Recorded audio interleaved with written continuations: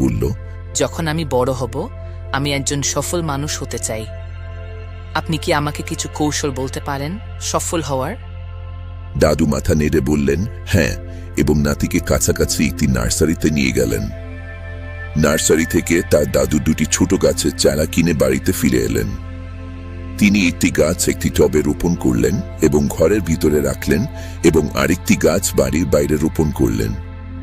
তোমার কি মনে হয় এই দুটি গাছের মধ্যে কোনটি ভবিষ্যতে ভালোভাবে বড় হবে? দাদু নাতিকে জিজ্ঞাসা করলেন। ছেলেটি কিছুক্ষণ ভাবল এবং তারপর বলল, ঘরের ভিতরে থাকা গাছটি ভালোভাবে বাড়বে, কারণ এটি সব ধরনের বিপদ থেকে নিরাপদ, আর বাইরে থাকা গাছটি অনেক কিছুর ঝুঁকিতে আছে, যেমন তীব্র সূর্যের আলো, ঝড়ো বাতাস ইত্যাদি। দাদু ভেসে বললেন, দেখা যাক ভবিষ্যতে কি হয়।